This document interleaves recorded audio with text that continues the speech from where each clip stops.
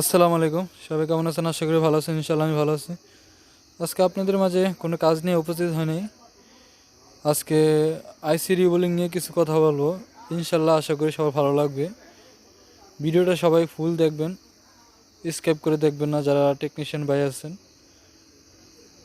দেখেন, আমি অনেক সময় দেখেছি অনেক টেকনিশিয়ান ভাই আছে আইসি রিবোল করে লাগানোর পরে ফোনগুলো চালু হয় নাই, কিন্তু পরবর্তীতে আমার কাছে নিয়ে আসার পরে আমি আবার আইসিটা ভালো করে রিবোল করার পর আলহামদুলিল্লাহ ফোনগুলো রান হয়। অনেক ফোনেই এই সমস্যা হয়। তো যারা টেকনিশিয়ান ভাই আছেন তাদেরকে বলি ফোনগুলো ভালো করে রিবোল করে লাগান, এবং আপনি না পারলে ইউটিউবে ভিডিও আছে, টিউটোরিয়াল আছে, দেখতে পারেন। দেখেন, আমি আজকে আপনাদেরকে একটা ভিডিও দেখাচ্ছি ডাবল টেকার সিপিইউ পোকো X3 Pro। আমি আজকে সিপিইউটা আপনাদেরকে রিবোল করে দেখাবো। ফোনটা আছে আপডেট দেওয়ার পর ফোনটা ডেট হয়ে গেছে। পরবর্তীতে আমি সিপিইউটা ক্লিনিং করছি, এখন যে সিপিইউটা রিবোল করব। তো আপনাদেরকে কাজটা দেখাই যাতে আপনারা কিছু দেখে দেখে শিখতে পারেন, পরবর্তীতে কাজগুলো আপনারা করতে পারেন। তো প্রথম অবস্থায় রিবোল প্লেটের সাথে আপনারা আইসিটা ভালো করে পেন্ট স্টেপ দিয়ে লাগিয়ে নেবেন। আর রিবোল করার সময় আপনার হটগানটা একটু ভালো মানের হতে হবে, তাহলে আপনার হিটটা আপনার হাতের কন্ট্রোলে থাকবে।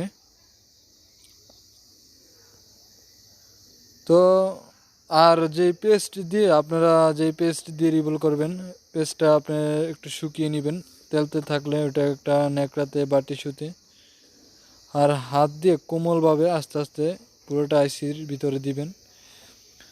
কোনো জাতাজাতি করবেন না। জাতাজাতি করলে দেখা গেছে আপনার যেই বল পেস্টটা ভিতরে ঢুকে আবার সবগুলো পেস্ট একত্রিত হবে। পরবর্তীতে রিবোল করার সময় হিট দিতে গেলে আপনার দেখা গেছে আইসির প্লেটটা ফুলে গেছে, অনেক সময় দেখা গেছে উপরে গোল গোল অনেকগুলো বল হয়ে গেছে, বড় বড়।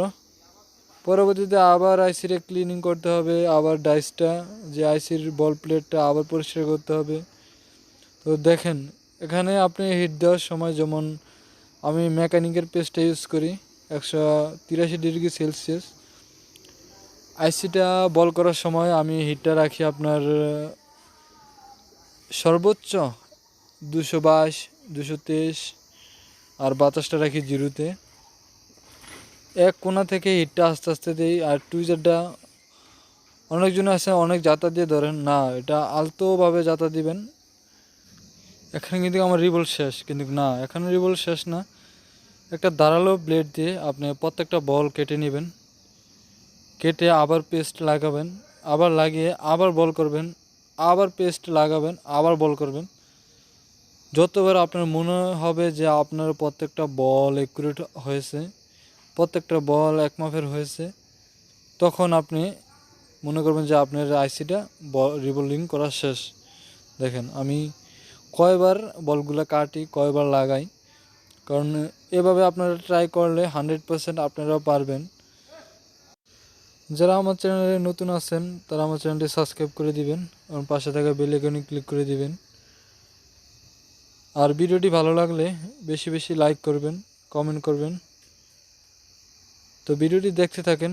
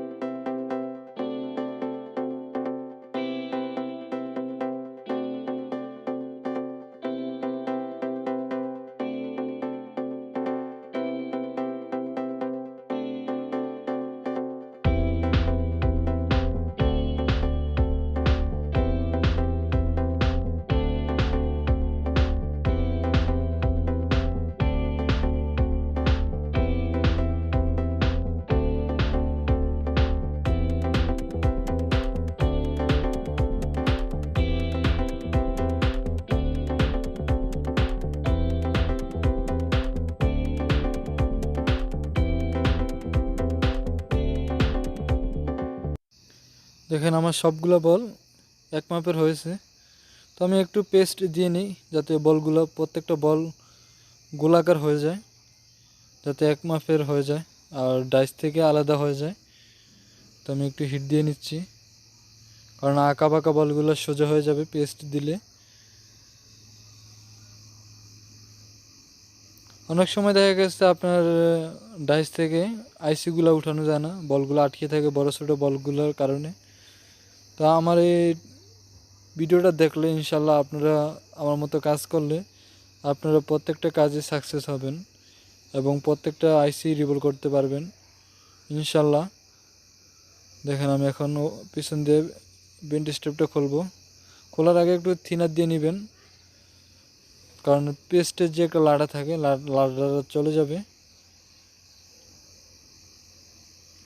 কেউ জোরে টান দেবে না, দেখেন এভাবে টান দিলে জোরে ভেঙে যাবে, কিন্তু এভাবে টানবে না, আস্তে আস্তে ডাইসটা ব্যবহার করবেন। দেখেন কি সুন্দর হয়েছে বলগুলো, দেখছেন প্রত্যেকটা বল একুরেট হয়েছে।